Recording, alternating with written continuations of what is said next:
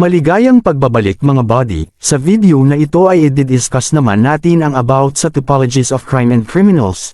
At syempre naaayon pa rin yan sa ating TOS, huwag kalimutang mag-like and subscribe para updated sa susunod na video. Una nating i-discuss ay ang mga types of murders. Mayroon tayong tatlong uri ng murder. Isa, serial murder. Ito ay isang uri ng pagpatay kung saan ang isang tao ay pumapatay ng dalawa o higit pang biktima sa magkakaibang insidente at panahon. Kadalasang mayroong cooling off period sa pagitan ng bawat pagpatay.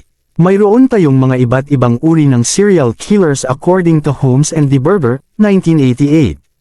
Sila ay ang mga visionaries. Pinaniniwalaan na ang mga ito ay nag-suffer ng psychosis at pinapatay nila ang kanilang biktima dahil mayroon silang narinig na bumubulong or mga nakikita. Mission-oriented, ang kanilang goal ay ubusin ang mga undesirable sa society tulad na lamang ng mga prostitutes. Hedonist, sila yung tinatawag na thrill seekers at pumapatay dahil sa pleasure. Panghuli ay ang power, control, na enjoy sila na ipakita ang kanilang pagka-dominante at control nila sa mga helpless na biktima. Ang pangalawang uri naman ng murder ay ang mass murder. Ito ay nagaganap kapag ang isang tao o grupo ng tao ay pumapatay ng maraming biktima sa isang insidente at lokasyon. Halimbawa, pag-atake sa isang paaralan o lugar ng trabaho, paghahadyas ng granada sa isang lugar, at ang panghuli ay ang spree murder. Ito ay isang serye ng pagpatay na nagaganap sa loob ng maikling panahon, kadalasan sa iba't ibang lokasyon ngunit walang cooling off period. Susunod naman ay ang mga types of sexual assaults. Isa, acquaintance rape. Nangyayari ito kapag ang biktima ay nakikilala o may relasyon sa umaatake, tulad ng kaibigan, kasamahan sa trabaho, o dating karelasyon. Dalawa, rape as a violent act. Ito ay isang uri ng panghahalay kung saan ang umaatake ay gumagamit ng pisikal na puwersa o pagbabanta upang kontrolin ang biktima at isakatuparan ang krimen. Tatlo, sexual predators. Mga individual na may planadong pag-atake sa mga biktima upang makapagsagawa ng sexual na krimen. Kadalasan, ginagamit nila ang panlilinlang o manipulasyon.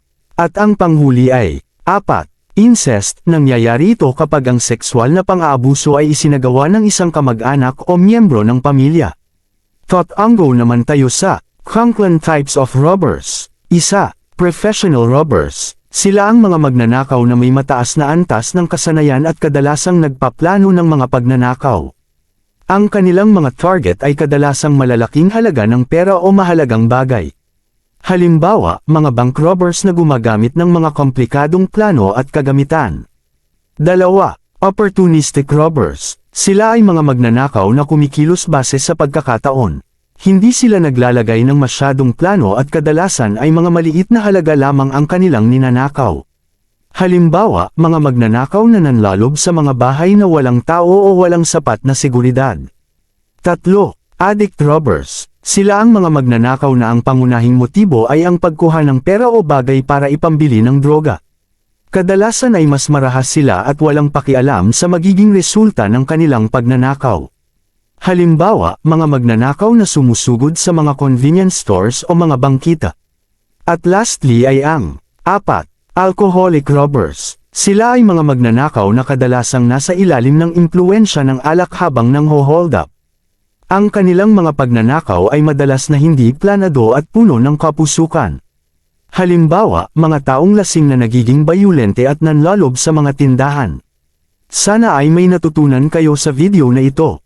Huwag kalimutang mag-like, mag-comment, at mag-subscribe para sa mas maraming kriminolohiya tips at review Pindutin ang bell icon para ma-notify sa mga susunod naming video. Tara, matuto at tayo ng sabay-sabay.